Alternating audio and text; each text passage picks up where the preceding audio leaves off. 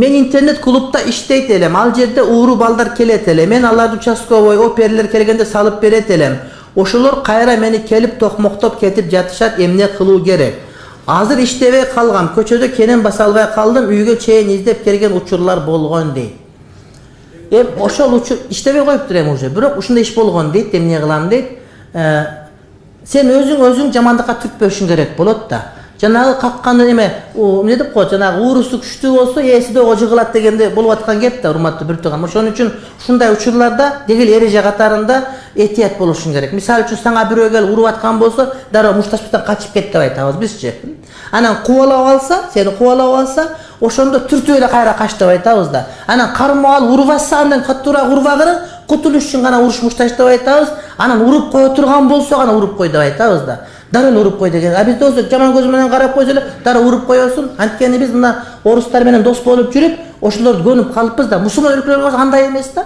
Мындай бир кичпей, кечиримдүү. Бизде болсо ким кыйын түртүшүп кетип уруп даган короздор деп эле бүт эле мушташып пастеле карасаң түтешип калган болот. Мынтип ошол биздеги туура эмес маданият, урматтуу бир тууганым. Ошон үчүн эмне кылабыз? Эми келинде кечирим сурап ошолорду таксир билбей калган экенбиз, кап деп койсоң, ошону топу кийип алсаң дагы жакшы болот. Бул намаз окуп калыптыр, кой деп. Топу көп адамдарга кээде мындай көп жардам беретчи. Жанагы кызчу революция болгондо үйлөрүнө ууру кирет деген коррупционерлер эмне кылыптыр? Медресеге талебелерди киргизип коюптур, талебе жашап бияктыр. Автопусунда кирип чыгып алса эле булар халал адамдар экен деп эл менен болуп калыптыр да.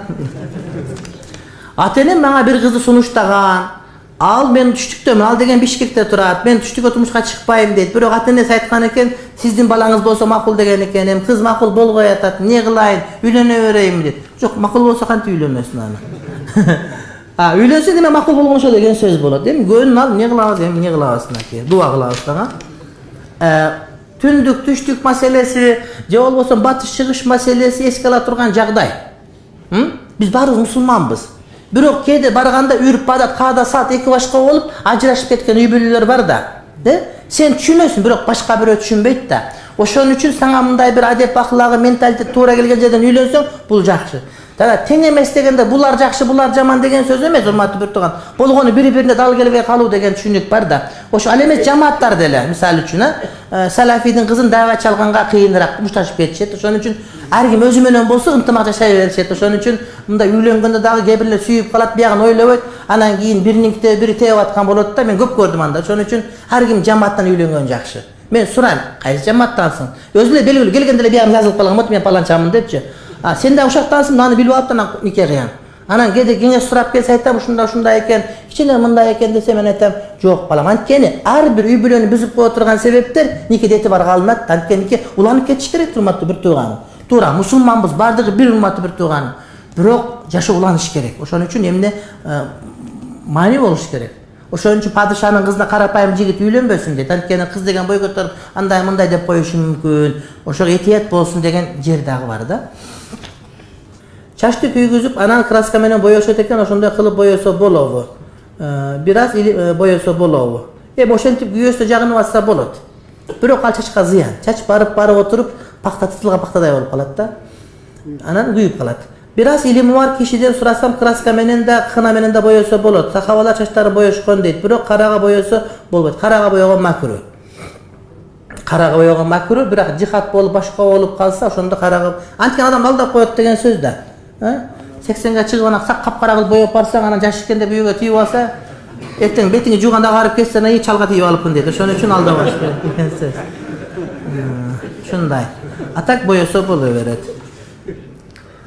Мен исламскийде биринчи курсмун. 4 айлык түрк тили курсуна жазылсамбы деп жатам. Жазылбай эле араб тилин жакшы окусамбы, кандай кеңеш бересиз дейт.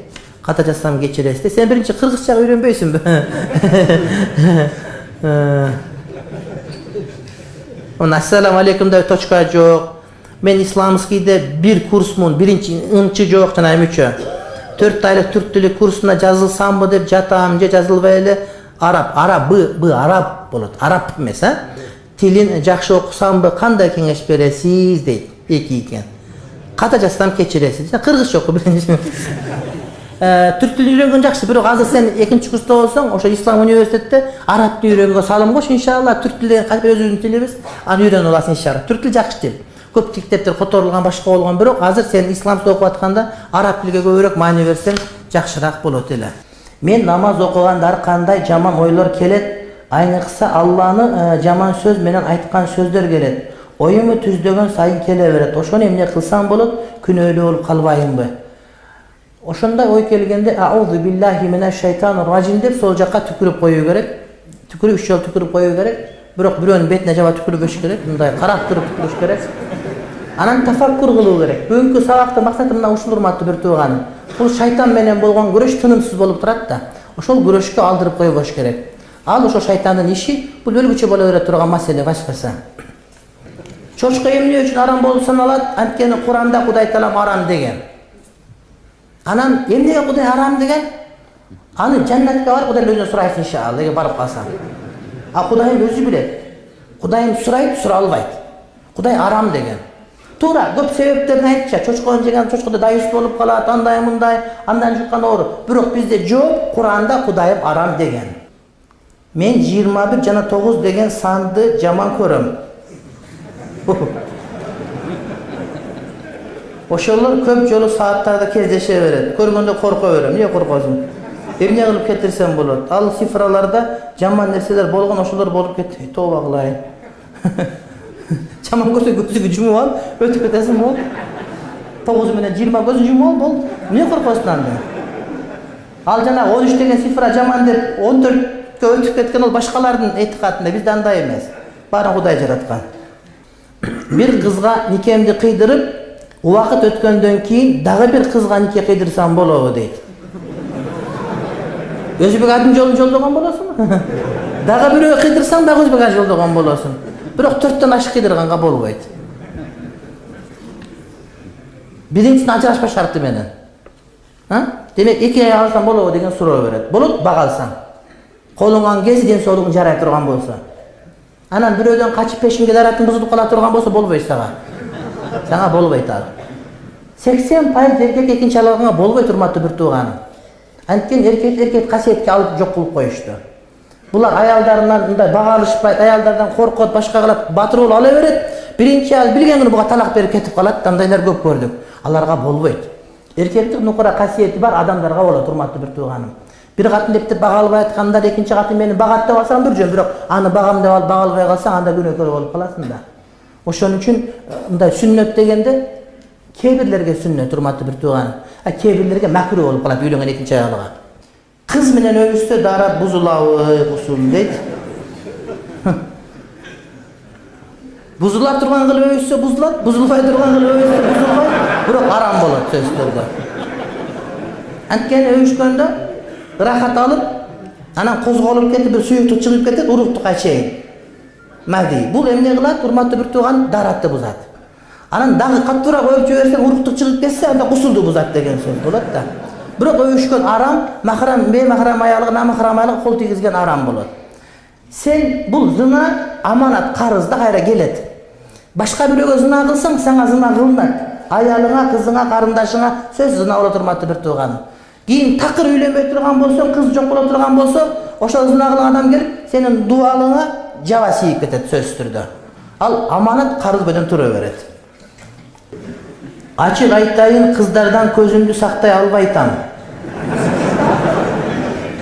Кийинген кийимдери денесин көрсөтөт, суктантан, кантип сактанам кыйын болуп жатат. Өтө оор маселе эркекке дейт.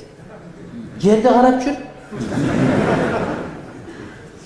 Же карай берсең, жаның апаң менен кызыңы ошондой кийин жетелеп ал да, ошолор эле карай берсе ошол ыраазы бол сен.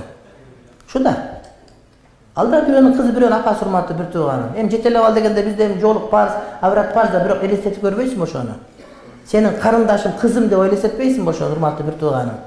Жерди карап басыш керек. Мен сабак берем университетте. Майерде университет тартиби ушунда, ачык сабак берилет да. Анан чоң акыркы бүтүп аткан кыздарга сабак коюп, мен журналды староста жок дейт, фамилиясын билбейм. Анан экзаменди коюп берем, фамилиясын, номерун карап таап алышат. Анан кыздардын бирин да тааныбайм. Анткени көзүнүп сабак бериш шарт эмес, мынтип алыпчы. Асманды карап жерди дошканга айтсаң боло берет. Көз сактаган болот, урматтуу бир тууганым. Көз сактабасаң бул жаман маселе.